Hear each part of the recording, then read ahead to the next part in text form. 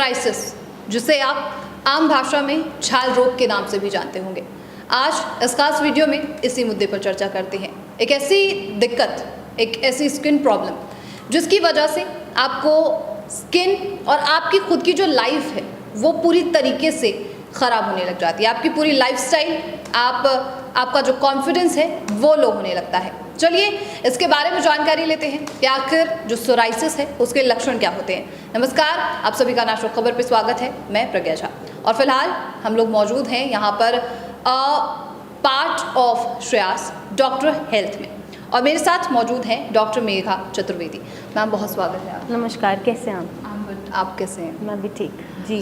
Psoriasis की जो problem है, काफ़ी सारे कमेंट्स भी हैं, काफ़ी सारे पेशेंट भी हैं। लगातार ये जो प्रॉब्लम है लोगों में बढ़ती जा रही है। एक लोगों को कुछ इन्फॉर्मेशन की भी जो है कमी है, तो इसके बारे में आपसे जानकारी लेनी है कि इसके लक्षण क्या हैं, इसके कारण क्या हैं। कई और चीज़ें हैं जिनके बारे में आगे जानकारी लूँगी। फिलहाल लक्षण क्या है? लक्षण सोराइसिस के यही हो सकते हैं कि एक तो ये किसी भी बॉडी पार्ट से शुरू हो सकता है, स्कैल्प से शुरू हो सकता है, या आपके पैरों की उंगलियों से भी शुरू हो सकता है, या स्किन के फोल्ड से शुरू हो जाता है, या जॉइंट्स पे भी आ जाता है। और इसमें इरप्शंस के साथ साथ आपको एक सिल्वर वाइट कलर की अलग से लेयर दिखेगी जो झड़ेगी, उसको हम फ्लेक्स बोलते हैं। तो ये इसका एक स्पेसिफिक लक्षण है कि और बीमारियों से आप इसको कैसे अलग कर सकते हैं। लक्षण में क्लियर नहीं होता तो पेशेंट स्किन बायोप्सी करा के भी डायग्नोसिस बनवा सकते हैं कि क्या ये सोराइसिस है या क्या है। और इसमें इचिंग भी हो सकती है, बर्निंग होगी, कई बार दाने जैसे इरप्शंस होने शुरू हो जाते हैं, रेड होंगे, इन्फ्लेम्ड होंगे, स्किन सेल्स आसपास के सूजे हुए होंगे, और साथ ही साथ पेशेंट को सूजन भी आ सकती है। तो ये इसके लक्षण होते हैं। इन लक्षण से पहचाना जा सकता है कि ये सोराइसिस है। ये शुरुआती दौर के लक्षण है? हाँ, ये शुरुआती दौर के लक्षण है। जैसे सपोज यहाँ पे आपको एक वाइट कलर का स्किन झड़ता हुआ इकट्ठा हो जाएगा, दिखाई देगा, और भी कहीं जहाँ पे भी पैचेस हैं वहाँ पे भी आपको सिल्वर वाइट कलर का लेयर दिखेगा कि झड़ रहा है अलग से। तो ये सोराइसिस का लक्षण एक स्पेसिफिक हो जाता है, लक्षण मान सकते हैं। अच्छा, इसका कोई कारण होता है? सोराइसिस होने के कोई स्पेसिफिक कारण होते हैं? हाँ, ऑब्वियसली होते हैं। अगर आपकी फैमिली हिस्ट्री में कोई और ऑटोइम्यून बीमारी चली आ रही है, सोराइसिस के अलावा विटिलिगो है या रूमेटॉइड आर्थराइटिस है, एसएलई है, तो कोई भी किसी भी ऑटोइम्यून डिसऑर्डर की अगर हिस्ट्री है जीन्स में, तो भी पेशेंट को सोराइसिस देखने को मिल जाता है, क्योंकि पेशेंट का बॉडी टाइप ऐसा था कि उसको सोराइसिस ट्रिगर हो गया और उसको ऑटोइम्यून डिसऑर्डर के फॉर्म में सोराइसिस दिख रहा है। तो फैमिली हिस्ट्री मैटर करती है। दूसरा, लाइफस्टाइल मैटर कर सकता है। हो सकता है आप इतना अल्कोहल, नॉनवेज इंटेक करते हैं कि आपका इंटेस्टाइन, लिवर थोड़ा डिस्टर्ब होना शुरू हो गया है, टॉक्सिन्स इकट्ठे होते जा रहे हैं, उसकी वजह से भी आपको सोराइसिस दिख जाता है। और स्ट्रेस में भी देखा है हमने कि स्ट्रेस बहुत लेने के बाद भी पेशेंट को ऑटोइम्यून डिसऑर्डर्स कन्वर्ट हो जाते हैं। मीन्स वो स्ट्रेस में इतना खो गए हैं कि उनकी बॉडी खुद को अटैक करनी शुरू कर दी है। तो एक स्ट्रेस भी हमने कारण देखा है कि रिस्पॉन्सिबल होता है, मिलता है। स्ट्रेस तो आज एक ऐसी प्रॉब्लम है जो हर इंसान में, मैं बोल सकती हूँ अधिकांश नहीं, हर इंसान में मिलता है। तो स्ट्रेस एक सबसे बड़ा कारण मान सकते हैं। अगर आप मेरे से पूछोगे तो आई डोंट थिंक कि स्ट्रेस जैसी कोई चीज़ होती है भी अननेसेसरली कॉम्प्लिकेटेड। हम किसी भी टेंशन को या किसी भी अपने लाइफ में कोई चैलेंज अगर आ रहा है तो हम उसको चैलेंज नहीं लेते, हम उसको स्ट्रेस लेते हैं। और लोगों को स्ट्रेस और डिप्रेशन की भाषा भी नहीं पता, परिभाषा भी नहीं पता, फिर भी वो हर दूसरा बंदा बोलेगा मैं डिप्रेशन में हूँ, मैं स्ट्रेस में हूँ, बट उन्हें ये नहीं पता कि स्ट्रेस और डिप्रेशन होता क्या है। मतलब आपको बहुत सारे साइकोलॉजिकली टेस्ट क्लियर करने पड़ते हैं एक डिप्रेसिव पेशेंट के लाने के लिए। बिना टेस्ट क्लियर करे आप कैसे खुद को बोल सकते हैं कि आप डिप्रेशन में हैं या स्ट्रेस में हैं। हम अननेसेसरली चीज़ों को लेके बैठे रहते हैं, सोचते रहते हैं, उन चीज़ों से आगे मूव ऑन ही नहीं कर पाते हैं, तो हम चीज़ों को कॉम्प्लिकेट करते हैं। बिल्कुल, जैसा आपने कहा कि कुछ अननेसेसरी चीज़ें होती हैं। इसमें अननेसेसरी एक चीज़ ये भी आती है कि सोराइसिस के बारे में बहुत से मिथ्स हैं। लोग ये सोचते हैं कि ये अगर मैं किसी सोराइसिस पेशेंट को छूती हूँ तो वो बीमारी मुझे हो सकती है। आपके पास कई पेशेंट आते होंगे, क्या मिथ्स लोग लेके आते हैं आपके पास और उनकी जानकारी? मिथ्स होते हैं, जैसे सबसे बड़ा आपने बोला कि ये बीमारी छूने से फैलती है, राइट। तो ये सबसे बड़ा मिथ है, ये बीमारी छूने से नहीं फैलती। यही रीज़न है कि मैं बिना ग्लव्स के पेशेंट को देखती हूँ, ताकि पेशेंट को कॉन्फिडेंस आए कि हाँ मैम अगर बिना ग्लव्स के देख रही हैं तो ये बीमारी ऑब्वियसली फैलेगी तो नहीं, राइट। दूसरा ये मिथ है कि ये कोई ऊपरी हवा है, कोई मतलब भूत प्रेत लग गया है, हवा लग गया है, ये बीमारी कोई काला जादू है, ऐसा कुछ हो गया है, कर्मों की सज़ा है, ऐसा कोई मिथ है, ये हमेशा के लिए ख़त्म नहीं होती, ये भी एक मिथ है। हालांकि आप अपने लाइफस्टाइल को ठीक करके और एक सही ट्रीटमेंट से इसे ठीक भी कर सकते हैं। तो ये तरह तरह के मिथ पेशेंट्स में हमने देखे हैं कि होते हैं। वैसे सोराइसिस से कई बार मैंने ये सुना है कि लोग ठीक तो हो जाते, एक बार ठीक हो जाती है सोराइसिस वापस भी आ जाता है, फिर से ठीक होके पिल्स लेके आपको आराम मिल गया, वो फिर से जनरेट हो गया।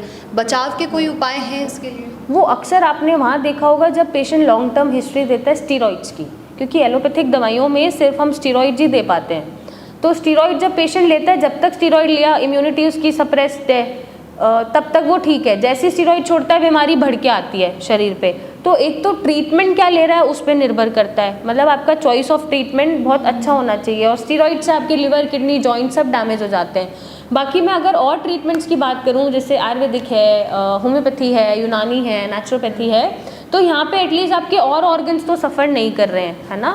और वो वापस भी तभी आएगा जब अब पेशेंट बोलता है कि ठीक हो गया, फिर अल्कोहल लेना शुरू कर देता है, नॉनवेज खाना शुरू कर देता है, परहेज़ अपना वैसा नहीं रखता, ऑब्वियसली लाइफस्टाइल अपना ख़राब कर लेता है। तो जब लाइफस्टाइल ख़राब है तो अब मेरी और आपकी मैं बात करूँ, हम डेली बेसिस पे फूड हैबिट्स अपनी ख़राब कर लेंगे या बेकार का खाना खाएंगे तो एक टाइम के बाद, सालों बाद हमें भी कोई ना कोई इशू आना शुरू हो जाता है। तो वो मेंटेनेंस लगता है, वो पेशेंट को अपने एंड पे मेंटेन करना पड़ता है।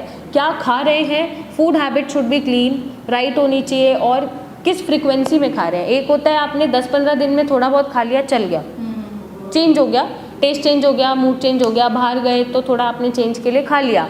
लेकिन वही आप डेली बेसिस पे जब अडाप्ट करने लगते हैं तो आपके गट में इश्यूज़ आते हैं, आपके लिवर में इश्यूज़ आते हैं, फैटी लिवर बन जाता है, फिर उसके साथ सोरासिस का जुड़ने की संभावना भी बढ़ जाती है।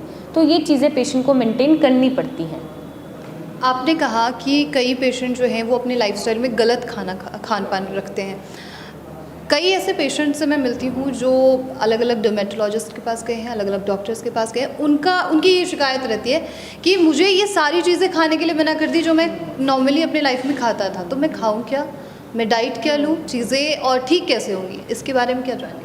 नहीं, हम चीज़ों को रिप्लेस कर सकते हैं, है ना। जैसे अभी चीज़ें मना करी हैं, आप नॉनवेज नहीं खाना तो ऑब्वियसली आप रेड मीट नहीं खा सकते, है ना। बट सोरासिस ठीक करने के बाद आप 10-15 दिन में, ऐसा नहीं है कि आप ओमेगा 3 फैटी एसिड रिच वाली फ़िश आप खा सकते हैं, थोड़ा सा प्रोटीन आप डाइट में ले सकते हैं। अल्कोहल तो मैं नहीं बोलूँगी कि ऑब्वियसली अल्कोहल तो आपको लेना ही नहीं है, अल्कोहल तो स्ट्रिक्टली मना करना है। देयर आर इंस्टीट्यूशंस जो आपको सिर्फ लिटरली सब्जियां दे देते हैं खाने के लिए, है ना, ग्रीन वेजिटेबल्स। तो वो पेशेंट को थोड़ा सा कंट्रोल तो लाना पड़ेगा अपने टंग पे, अपने टेस्ट पे और अपने हैबिट्स पे। लेकिन हम चीज़ों को रिप्लेस ज़रूर कर सकते हैं। जैसे मैदा तो अवॉइड किया जा सकता है, मैदे की जगह आप सूजी खा लो, आटा खा लो, बेसन खा लो। तो यहाँ पर रिप्लेसमेंट्स ऑप्शन रहते हैं कि आप रिप्लेस करके भी अपने टेस्ट को पूरा कर सकते हैं। अब रेड चिलीज़ मत खाओ, आप फ्लेवर के लिए ग्रीन चिलीज़ 1-2 यूज़ कर सकते हैं, राइट। तो ये चीज़ें आप रिप्लेस करके अपने टेस्ट को पूरा कर सकते हैं। तो ऐसा नहीं है सब बंद हो जाता है, बट येस सब खा भी नहीं सकते, तो हम बेटर है कि हम बीच का ऑप्शन लेंगे कि चीज़ों को हम रिप्लेस कर देंगे। आपके पास कई पेशेंट्स आते होंगे, अपनी स्टोरीज बताते होंगे कि उनको सोराइसिस हुआ, उसके बाद उनकी लाइफ क्या रही। तो कुछ ऐसे पेशेंट हैं आपके पास जिनकी जानकारी आप हमारे व्यूअर्स को देंगे कि एक सोराइसिस पेशेंट की लाइफस्टाइल क्या हो जाती है, लाइफ क्या हो जाती है आगे? और देर आर मैनी पेशेंट्स, आप चाहें तो मेरे चैनल पे जाके भी पेशेंट का टेस्टिमोनियल चेक कर सकते हैं। हम बहुत टेस्टिमोनियल्स डालते हैं यही दिखाने के लिए, यही कॉन्फिडेंस गेन करने के लिए कि यस सोरासिस को ठीक किया जा सकता है और पेशेंट हार्डली कम बैक। अगर उन्हें और कोई डिसऑर्डर लग गया है, जैसा मैंने बोला कि लाइफस्टाइल पूरा ख़राब कर लिया दोबारा से, तो वहाँ पे 1-2 पैचेस आने के चांसेस हो जाते हैं दोबारा, अदरवाइज जल्दी से ये रिलैप्स नहीं होता है। लाइफ ऑब्वियसली पेशेंट तो रिव्यूज़ अच्छे ही देते हैं जब वो ठीक हो जाते हैं, कुछ ठीक होने के बाद भी बेकार रिव्यूज़ देते हैं, तो पेशेंट टू पेशेंट डिपेंड करता है। बट लाइफ उनकी ऑब्वियसली अच्छी हो जाती है, वो कॉन्फिडेंस उन्हें आ जाता है। 10 लोगों में या 100 लोगों में कॉन्फिडेंटली खड़े होकर वो खुद को भी एक्सेप्ट कर पाते हैं। हालांकि ये सारी चीज़ें साइकोलॉजिकल होती हैं, बट उन्हें खुद को अच्छा लगता है, कोई पेन नहीं है, इचिंग नहीं है, बर्निंग नहीं है, दवाइयों से छुटकारा मिल गया और अब वो एक नॉर्मल लाइफ जी पा रहे हैं। तो पेशेंट के रिव्यूज़ काफ़ी अच्छे रहते हैं। वो टेस्टिमोनियल्स हम डालते रहते हैं, तो आप चैनल पे जाके भी चेक कर सकते हैं, देख सकते हैं। इस बीच में मेरा एक ये भी कहना होगा कि जो सोसाइटी है उसकी भी थोड़ी बहुत प्रॉब्लम है कि सोसाइटी ऐसे अगर सोराइसिस का है या कोई भी पेशेंट है तो उसे स्वीकार करने के लिए तैयार नहीं होती है। तो ये भी एक बड़ा कारण माना जा सकता है कि सोसाइटी की वजह से भी इंसान जो है वो अंडर कॉन्फिडेंट। सोसाइटी में बहुत चीज़ें गलत चल रही हैं, जैसे दहेज प्रथा गलत है, पेट में ही लड़कियों को मार देना गलत है ना। तो वो हमें पता है गलत है, बट फिर भी कहीं ना कोई प्रैक्टिस ये कर रहा है ना। ये चीज़ तो है एग्जैक्टली, जबकि ये लॉ के भी अगेंस्ट है, मतलब गवर्नमेंट अलाउ नहीं करती, फिर भी कहीं ना कहीं छुप के ये प्रैक्टिस हो रही है। तो ये बदलाव हमें खुद में लाना पड़ेगा कि हम सोराइसिस के पेशेंट को नॉर्मल पर्सन की तरह ट्रीट करें, उन्हें स्वीकारें, उन्हें सपोर्ट दें, एम्पैथी दें, सिंपैथी ना दें, एम्पैथी दें। सिंपैथी में तो आप हो सकता है दया करो कि बेचारा, मतलब दया भी नहीं करनी पेशेंट पे, बट एम्पैथी ज़रूर दे सकते हैं, उसे मोटिवेट कर सकते हैं, उसको सपोर्ट कर सकते हैं। अब जैसे क्या है ना, पेशेंट मेरे पास आके बोलता है कि मैम फ्रेंड्स खाते हैं तो मैं खा लेता हूँ ये खाना, फिर मुझसे परहेज नहीं होता। तो अगर आपके किसी एक फ्रेंड को सोराइसिस है तो आप उसको उसके साथ उसी की तरह खाना खाओ, ना कि उसके सामने ऐसा खाना खाओ जो उसे अलाउड नहीं है। तो ऐसे छोटा छोटा जेस्चर दिखा के आप सपोर्ट कर सकते हैं, उसे कॉन्फिडेंस दिला सकते हैं कि जैसे भी अपीयरेंस है कोई फ़र्क नहीं पड़ता, आप उतने ही स्मार्ट लग रहे हो, आप हमारे लिए यू द सेम पर्सन, आप जैसे पहले थे अब भी वैसे ही हो। तो ये छोटे छोटे जेस्चर दिखा के आप उसको सपोर्ट कर सकते हैं, और इस सपोर्ट से बिलीव मी पेशेंट को बहुत हेल्प मिलती है अपनी सोराइसिस को रिकवर करने के लिए। एंड जितना आप नॉर्मली ट्रीट करेंगे उतना ही अच्छा पेशेंट के लिए भी है और हमारी सोसाइटी के लिए भी। लेकिन ये बदलाव हमें खुद से लाना पड़ेगा, तो ये खुद से ही आएगा ये बदलाव। लोगों में शायद लैक ऑफ नॉलेज है, अवेयर नहीं है। जितनी अवेयरनेस फैलेगी, जितना वो नॉलेज गेन करेंगे इस बीमारी के बारे में, उतना ही शायद बदलाव आने की उम्मीद हम रख सकते हैं। तो मैं ये एक मैसेज भी समझ लूँ हमारे व्यूअर्स के लिए जो आपने कहा? बिल्कुल, ये मैसेज के तौर पे ही कहा, और मैंने रिक्वेस्ट करी है कि आप पेशेंट्स को प्लीज़ नॉर्मली ट्रीट करें, उन्हें अपने से अलग समझ के अपनी सोसाइटी से अलग ना करें। उन्हें जितना आप सपोर्ट करेंगे उतना ही आप एक अच्छी सोसाइटी का योगदान शायद आगे जाके फ्यूचर में दे सकते हैं। चलिए अगले सवाल पे आते हैं कि ये जो सोराइसिस है ये आखिर उत्पन्न होता कैसे? ये सबसे महत्वपूर्ण सवाल है कि कोई भी पेशेंट अगर सोराइसिस से ग्रसित है तो अगर कोई नहीं होना चाहता तो ये उत्पन्न कैसे होता है?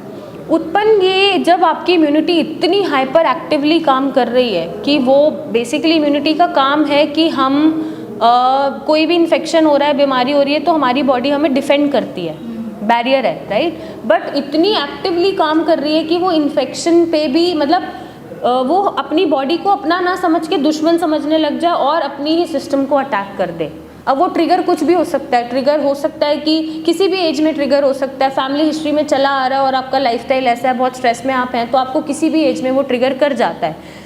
बट ट्रिगर होने के बाद आप क्या ट्रीटमेंट चूज़ कर रहे हैं वो डिपेंड करता है। तो आई वुड से कि ऐसा ट्रीटमेंट चूज़ करा जाए जो आपकी बीमारी को सप्रेस ना करे, इम्यूनिटी को सप्रेस ना करे, उसको बैलेंस करे। क्योंकि अक्सर एलोपैथिक ट्रीटमेंट में हम इम्यूनिटी हाइपर एक्टिव है उसको इम्यूनोसप्रेसेंट दे देते हैं, इम्यूनिटी सप्रेस कर देते हैं, बीमारी आपकी थोड़े टाइम के लिए दब गई। तो वहाँ पे इम्यूनिटी को बैलेंस करना ज़रूरी है, ना कि दबाना। तो ये निर्भर करता है कि आप किस चीज़ से ठीक करना चाहते हैं अपना सोराइसिस। एज अ पर्सन आपको क्या लगता है कौन सी पैथीज का अगर कोई पेशेंट इस्तेमाल करे जिससे वो ट्रीट हो सकता है? स्टीरॉइड्स छोड़ के पेशेंट चाहे होम्योपैथिक लें वो भी अच्छा है अगर पेशेंट ठीक हो रहा है, पेशेंट आयुर्वेदिक लें वो भी अच्छा है, पेशेंट नेचुरोपैथी पे जाए, यूनानी पे जाए, पेशेंट अगर स्टीरॉइड के अलावा किसी भी दवाई से ठीक हो रहा है जो उसको सूट कर रही है, मेरे लिए वो सारी पैथीज अच्छी है। क्योंकि एट दी एंड हम बीमारी को ठीक करने बैठे हैं, एट दी एंड हम पेशेंट को ठीक करने के लिए बैठे हैं। तो मैं ये नहीं बोलूँगी कि सिर्फ आप आयुर्वेदा ट्राई करो, आप होम्योपैथी ट्राई करो, कोई इशू नहीं है। आपको आराम मिल रहा है, आपके डॉक्टर्स आपको समझ पा रहे हैं, इलाज दे पा रहे हैं, तो आप वो भी ट्रीटमेंट कंटिन्यू करें, उससे कोई दिक्कत नहीं है। बट आपको आपकी बीमारी से निजात मिलना चाहिए। बस आखिरी सवाल है और ये सबसे महत्वपूर्ण सवाल भी है कि पेशेंट आखिर ठीक कैसे हुआ? उपचार के जो विभिन्न तरीके हैं उनके बारे में बता दीजिए। उपचार के तरीके सिंपली द ट्रीटमेंट, क्योंकि बीमारी को अंदर से ठीक करना है, इम्यूनिटी को बैलेंस करना है, तो ट्रीटमेंट तो आपको लेना पड़ेगा, राइट। साथ में थोड़े से लाइफस्टाइल मॉडिफिकेशंस, जैसे शायद आप एक्सरसाइज करते हो अपने डेली लाइफ में, हाफ एन आवर 45 मिनट्स, बहुत से लोग, मेजॉरिटी लोग कोई भी मोबिलिटी नहीं करते, तो वो थोड़ा सा अडाप्ट कर लें, नॉर्मल वॉक भी कर लें, जॉग भी कर लें और अपनी ईटिंग हैबिट्स अच्छे रखें। और एक ये एटीट्यूड आ जाए ना कि ठीक है, मतलब आप किसी भी चीज़ के लिए काम करें, आप अपने जॉब पे भी जा रहे हैं काम करें, डोंट वेट कि रिजल्ट्स क्या होंगे, या don't get into the politics, इसने ये कह दिया उसने वो कह दिया। आप बस काम करें, क्या रिजल्ट्स होंगे क्या नहीं होंगे वो उस पे छोड़ दीजिए। डेस्टिनी भी कोई चीज़ होती है, तो अननेसेसरली आप कॉम्प्लिकेट ना करें, स्ट्रेस ना लें, ओवरथिंक ना करें। तो इन सारी चीज़ों को अडेप्ट करके सोरासिस से फ्री हुआ जा सकता है। बहुत शुक्रिया मेघा जी इस खास जानकारी के लिए। Thank you. तो ये थी डॉक्टर मेघा चतुर्वेदी। सोराइसिस जो एक गंभीर प्रॉब्लम की तरह आज उभरती जा रही है, जिसके बारे में आज ये पूरा जो साक्षात्कार था ये उसी पर था। तो अगर आपका अभी भी कोई सवाल है, आपके मन में कोई डाउट है, कमेंट बॉक्स में लिखिए और नेशनल खबर को इसी तरीके से फॉलो कीजिए।